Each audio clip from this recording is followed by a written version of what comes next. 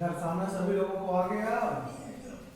अब अगर प्रश्न में कह दिया जाए किसी से भी कि संख्या रेखा पर इस संख्या को दर्शाना है, अगर कह दें संख्या रेखा पर 3 और 6 का योग दर्शाइए, तो कौन कौन दर्शा सकता है? हाथ ऊपर करिए। अगर प्रश्न में कह दिया जाए, जैसे दिया गया है, यदि प्रश्न में पूछ लिया जाए संख्या रेखा पर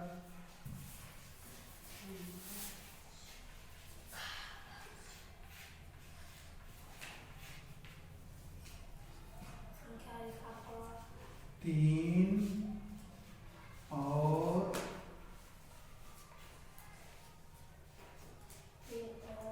5 के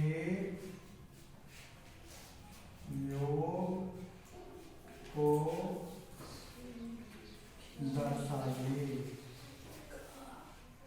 तो कैसे दर्शाएंगे सब लोग? सबसे पहले एक संख्या रेखा बनाएंगे। क्या बनाएंगे? सबसे पहले एक संख्या रेखा बनाएंगे, फिर यहाँ पर शून्य से लिखना प्रारंभ करेंगे। 2 3 4 5 6 7 8 9 ऐसे लिखते चले जाएंगे ना। जी सर। अब यहाँ पर क्या लिखेंगे? संख्या रेखा पर क्या दिखाना है? 3 और 5 का योग, तो शून्य से प्रारंभ करते हैं, ठीक? 3 पर जाएंगे। कहाँ तक जाएंगे? 3 पर जाएंगे। इतना आया समझ में? जी सर। अब फिर 5 आगे बढ़ना है, यहाँ से फिर 5 आगे बढ़ेंगे। 1 2 3 4 5, यहाँ से फिर हम आगे बढ़े कहाँ तक? 8 तक। ये संख्या रेखा पर यह 3 हो गया, यह क्या हो गया? 5। अब संख्या रेखा पर इसका योग दिखाना है, तो ऐसे लिखेंगे। इतना है समझ में? यहाँ पर लिखेंगे 3 और यहाँ पर लिखेंगे 5 बराबर 8। इतना लिख लिए सब लोग? चलिए, अगर इतना लिख लिए होंगे तब तो फिर सही है।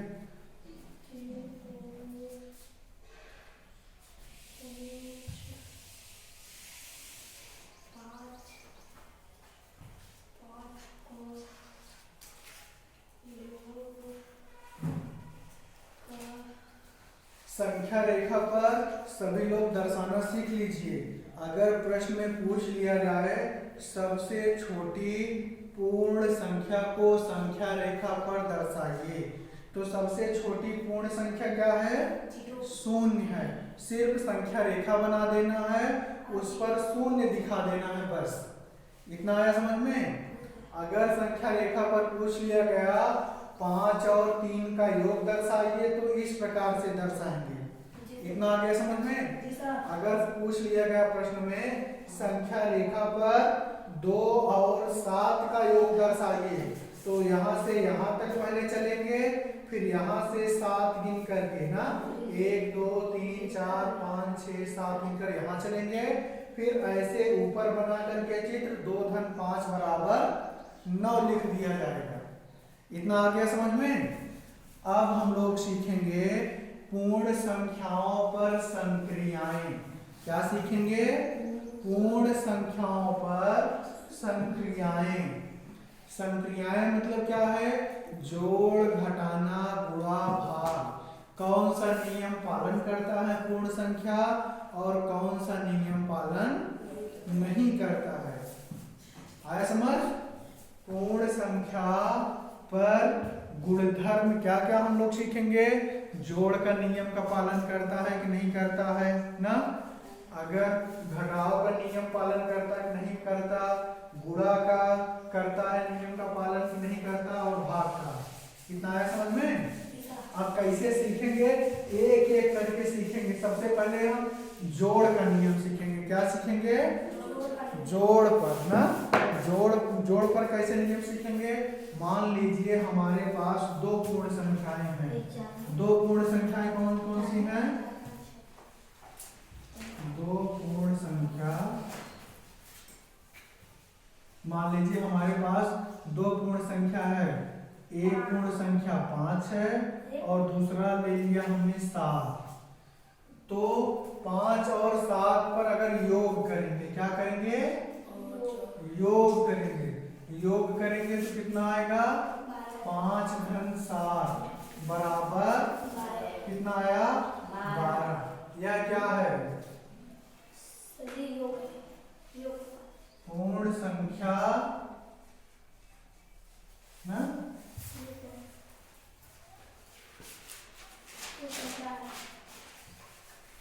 अगर कह दिया जाए कि 12 पूर्ण संख्या है कि नहीं, तो क्या लिखेंगे?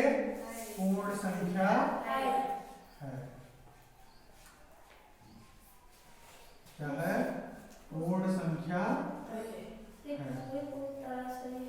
अब अगर प्रश्न में पूछ लिया जाए 0 और 7, यह लिख दिया जाए 0 धन 7, तब इनका जोड़ कितना आएगा? 7 आएगा ना?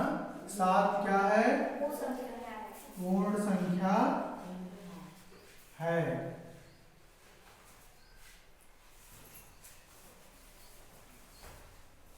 फिर आगे प्रश्न में फिर पूछ लिया जाए कि अगर कोई संख्या 5 दिया है, 5 में अगर हम 0 जोड़ दें तब कितना होगा? 5 और 0 ले लें तो कितना हो जाएगा? 5 धन 0 बराबर कितना हो गया? 5। यह भी क्या है? पूर्ण संख्या है। इतना आया समझ में? अगर हम फिर ले लें दोनों बार 0 0 ले लें, क्या ले लें? दोनों बार 0 0, तो ये पूर्ण संख्या होगा कि नहीं होगा? कौन कौन बताएगा? पूर्ण संख्या होगा कि नहीं होगा? क्या पूर्ण संख्या होगा कि नहीं? पूर्ण संख्या होगा।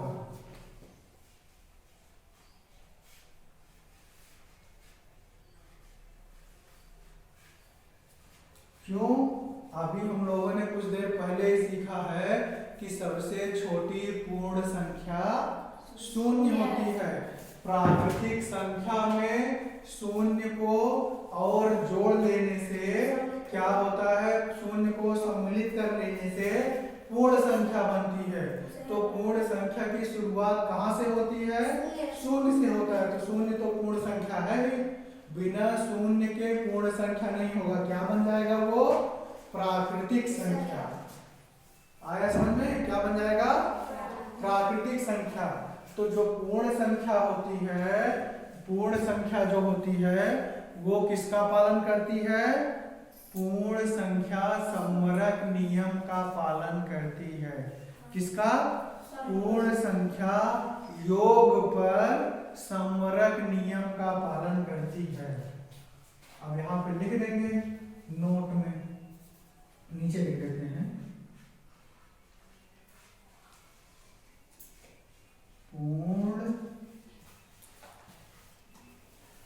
संख्या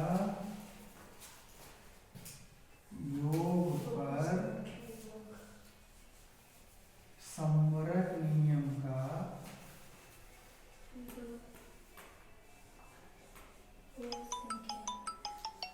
समरक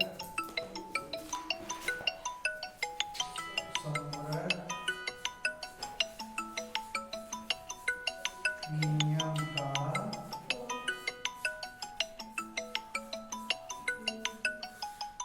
पालन करती। इतना है समझ में? अब हम लोग पढ़ेंगे योग का क्रम विनिमय नियम। मतलब अगर हमारे पास 2 पूर्ण संख्या है, क्या है? अगर हमारे पास 2 पूर्ण संख्या है ना, अगर उनका हम क्रम बदल दें तो क्या पूर्ण संख्या मिलेगा कि नहीं मिलेगा ना? अब दूसरा नियम हम लोग क्या पढ़ने चल रहे हैं? दूसरा नियम हम लोग पढ़ने चल रहे हैं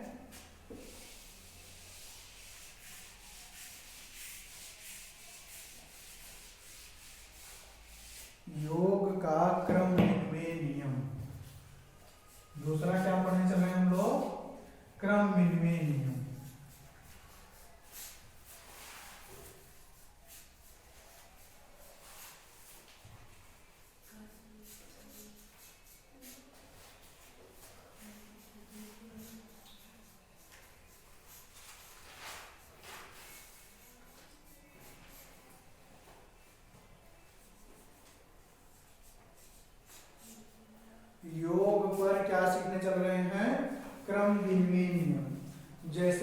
हमने दो पूर्ण संख्या ले लिया। क्या ले लिया? दो पूर्ण संख्या। दो पूर्ण संख्या हमने क्या ले लिया? 5 धन 5 और 3 ले लिया। क्या ले लिया? 5 और 3 ले लिया। इनका योग कर ले रहे हैं ना। 5 और 3 का योग कितना हो गया? 5 और 3 का योग कितना हो गया? 8 ना। तो ये क्या पूर्ण संख्या होगा कि नहीं होगा? होगा।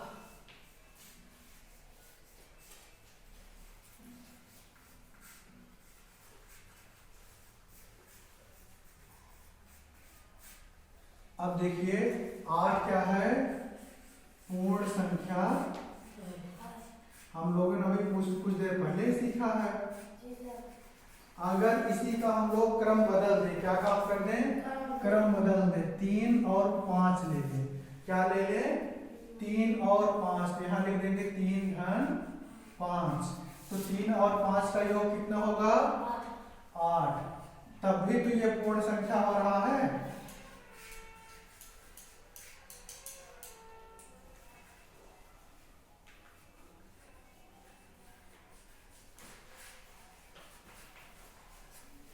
देखिए चाहे 3 और 5 लें, चाहे 5 और 3 लें, दोनों पर क्या मिल रहा है? दोनों का योग क्या मिल रहा है? 8। अगर दोनों का योग समान आ रहा है तो क्या होगा? योग पर क्रमभिन्न नियम का पालन होगा। यहां पर लिखेंगे क्रम को बदलने पर भी संख्याओं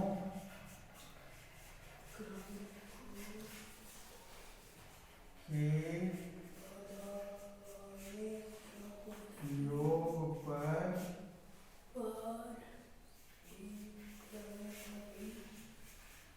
परिवर्तन नहीं हो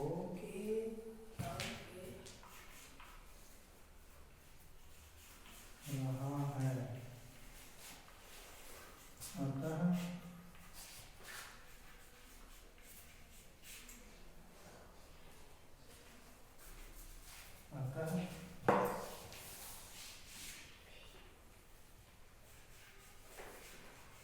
योग पर पूर्ण संख्या क्रमभिन्न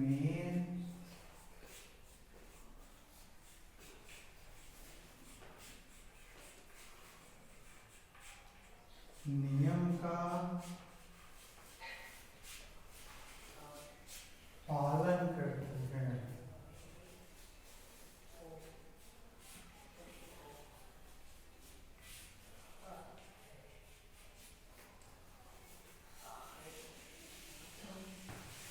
लिख लीजिए सब लोग। आगे हम लोग सीखेंगे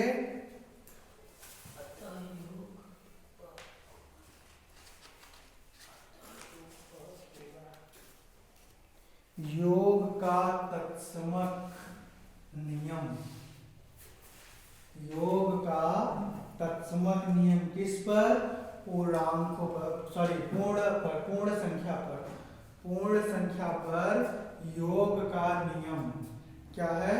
पूर्ण संख्या पर योग का नियम। आगे अब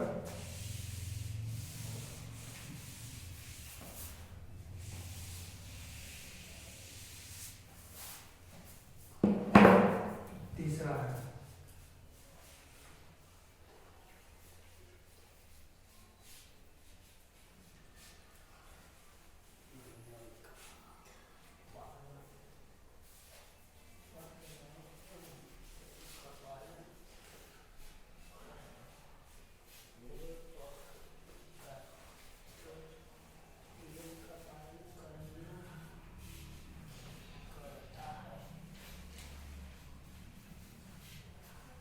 अब देखेंगे पूर्ण संख्या पर योग का तत्समक नियम। अच्छा बताइए, कोई दो संख्याएं ले लें ना, क्या ले लें? दो पूर्ण संख्या हमने चुन ली है, ठीक। क्या कार्य किया हमने? दो पूर्ण संख्या हमने चुन लिया, ठीक। जैसे हमने पूर्ण संख्या क्या चुना है? 0 ले लिया और 5 ले लिया ना। क्या ले लिया? 0 और 5। तो योग क्या हो जाएगा इसका? योग क्या होगा? 0 धन 5 बराबर कितना होगा? 5। तो क्या हो रहा है? पूर्ण संख्या है कि नहीं? पूर्ण संख्या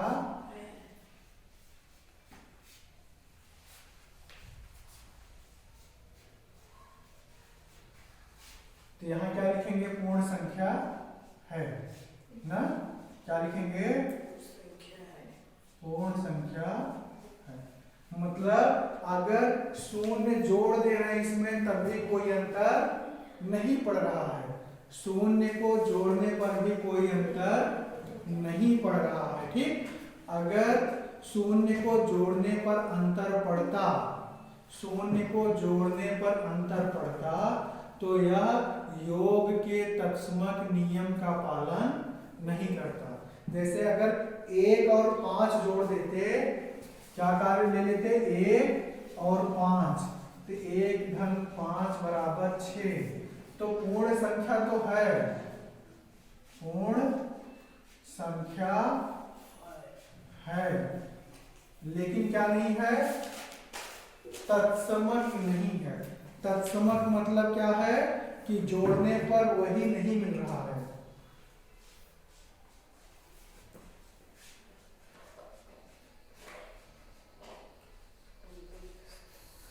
क्यों नहीं है? क्योंकि दो संख्याओं को जोड़ने पर ना कोई उनके मान में अंतर ना पड़े, मतलब संख्या तो दो रहे। जैसे हमने ले लिया 0 ले लिया 3 ले लिया, दोनों का योग क्या हो गया? 0 और 3 का योग क्या है? 3 है। 3 क्या है? 3 एक पूर्ण संख्या है। 3 कैसी संख्या है? 3 एक पूर्ण संख्या है, लेकिन समस्या क्या है यहाँ पर? तत्समक है कि नहीं, ये हमें चेक करना है। अगर मान वही आ जाता है, देखो 0 और 3 को जोड़ने पर 3 आया है, मतलब इसका तत्समक अवयव क्या है? 0। देखो 0 जोड़ने पर इनके मान में कोई अंतर नहीं पड़ा, 0 जोड़ने पर इनके मान में कोई अंतर नहीं पड़ा, इसलिए क्या है? ये तत्समक है। क्या लिखेंगे? तत्समक है। यहां भी लिखेंगे तत्समक है। तत्समक का मतलब समझ रहे हो? इंग्लिश में आइडेंटिटी कहते हैं ना। ऐसी संख्या जिसको जोड़ने पर उस संख्या का मान परिवर्तन ना हो, वह संख्या, ध्यानपूर्वक सुनिए सब लोग, वह संख्या जिसे किसी दूसरी संख्या में जोड़ने पर उस संख्या के मान में परिवर्तन ना हो, तत्समक अवयव कहलाता है। आया समझ में? किसी संख्या में वह संख्या जोड़ने पर ना अगर उसके मान में कोई परिवर्तन नहीं हो रहा है तो क्या कहलाएगा? वो तत्समक अवयव। जैसे 5 और 3 का यहाँ तत्समक अवयव कितना है? 5 और 3 का यहाँ पर तत्समक अवयव कितना है? 5 और 3 का तत्समक अवयव देख रहे हैं? 0 है। क्या है? 0 को जोड़ने पर कोई अंतर नहीं पड़ रहा है। हम लोगों ने नियम कौन कौन सा सीखा? एक संवरक नियम सीखा। संवरक नियम में यह हमने सीखा कि दो पूर्ण संख्याओं को जोड़ने पर एक नई पूर्ण संख्या मिलती है, अर्थात पूर्ण संख्या योग का संवरक नियम का पालन करता है। अगला प्रश्न है फिर कि क्रम विनिमय नियम। देख रहे हैं हम लोग, देखें कि दो पूर्ण संख्याओं का क्रम बदल कर भी जोड़ने पर उनके मान में कोई अंतर नहीं पड़ता है। और हमने तीसरा नियम सीखा, तत्समक नियम, पूर्ण संख्या पर योग का तत्समक नियम। इसमें हमने क्या सीखा? इसमें हमने सीखा कि कोई संख्या अगर है उसमें एक ऐसी पूर्ण संख्या जोड़ दें, अगर उसका मान परिवर्तित ना हो तो वह तत्समक संख्या कहलाएगी। जैसे 0 और 5 को जोड़ने पर 5 आ रहा है, तो यहाँ 0 क्या है? पूर्ण संख्या आइडेंटिटी, होल नंबर आइडेंटिटी। आया समझ में? चलिए आज के दिन इतना है।